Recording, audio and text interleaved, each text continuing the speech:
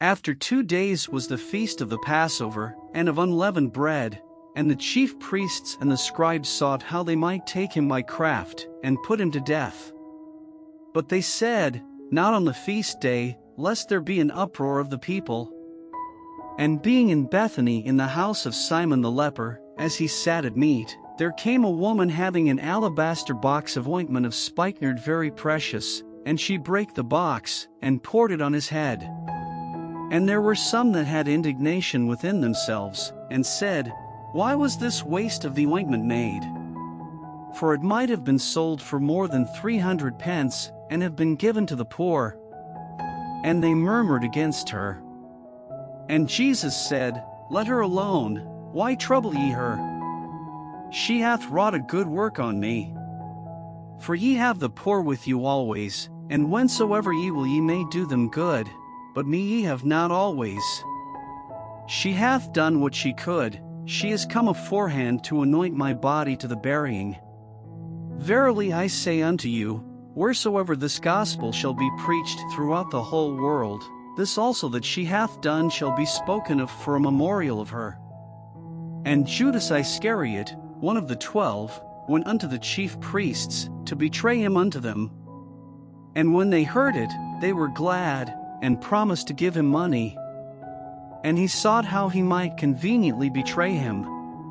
And the first day of unleavened bread, when they killed the Passover, his disciples said unto him, Where wilt thou that we go and prepare that thou mayest eat the Passover?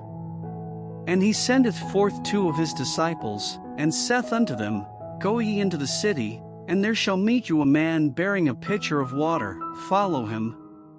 And wheresoever he shall go in, say ye to the goodman of the house, The master saith, Where is the guest chamber, where I shall eat the Passover with my disciples? And he will shew you a large upper room furnished and prepared, there make ready for us. And his disciples went forth, and came into the city, and found as he had said unto them, and they made ready the Passover. And in the evening he cometh with the 12. And as they sat and did eat, Jesus said, Verily I say unto you, one of you which eateth with me shall betray me. And they began to be sorrowful, and to say unto him one by one, Is it I? And another said, Is it I? And he answered and said unto them, It is one of the 12, that dippeth with me in the dish. The Son of Man indeed goeth, as it is written of him, but woe to that man by whom the Son of Man is betrayed. Good were it for that man if he had never been born. And as they did eat, Jesus took bread, and blessed, and brake it, and gave to them, and said, Take, eat, this is my body. And he took the cup, and when he had given thanks, he gave it to them, and they all drank of it. And he said unto them, This is my blood of the New Testament, which is shed for many. Verily I say unto you, I will drink no more of the fruit of the vine, until the day that I drink it new in the kingdom of God. And when they had sung an hymn, they went out into the Mount of Olives. And Jesus saith unto them, All ye shall be offended because of me this night, for it is written, I will smite the shepherd, and the sheep shall be scattered. But after that I am risen, I will go before you into Galilee. But Peter said unto him, Although all shall be offended, yet will not I. And Jesus saith unto him, Verily I say unto thee, that this day, even in this night, before the cock crow twice, thou shalt deny me thrice. But he spake the more vehemently, If I should die with thee, I will not deny thee in any wise. Likewise also said they all. And they came to a place which was named Gethsemane, and he saith to his disciples, Sit ye here, while I shall pray. And he taketh with him Peter and James and John, and began to be sore amazed, and to be very heavy. And saith unto them, My soul is exceeding sorrowful unto death, tarry ye here, and watch. And he went forward a little, and fell on the ground, and prayed that, if it were possible, the hour might pass from him. And he said, Abba, Father, all things are possible unto thee, take away this cup from me, nevertheless not what I will, but what thou wilt. And he cometh, and findeth them sleeping, and saith unto Peter, Simon, sleepest thou? Couldst not thou watch 1 hour? Watch ye and pray, lest ye enter into temptation. The spirit truly is ready, but the flesh is weak. And again he went away, and prayed, and spake the same words. And when he returned, he found them asleep again, for their eyes were heavy, neither wist they what to answer him. And he cometh the third time, and saith unto them, Sleep on now, and take your rest, it is enough, the hour is come, behold, the Son of Man is betrayed into the hands of sinners. Rise up, let us go, lo, he that betrayeth me is at hand.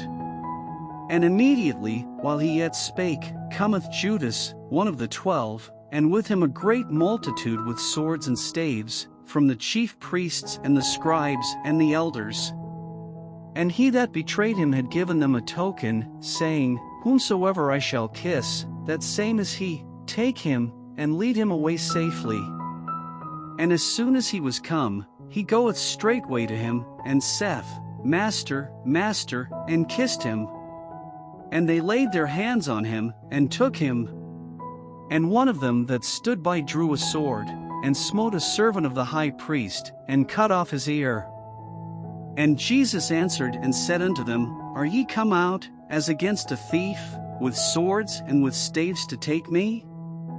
I was daily with you in the temple teaching, and ye took me not, but the scriptures must be fulfilled. And they all forsook him, and fled.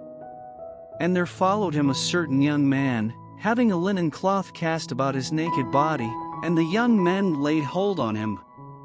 And he left the linen cloth, and fled from them naked. And they led Jesus away to the high priest, and with him were assembled all the chief priests and the elders and the scribes. And Peter followed him afar off, even into the palace of the high priest, and he sat with the servants, and warmed himself at the fire.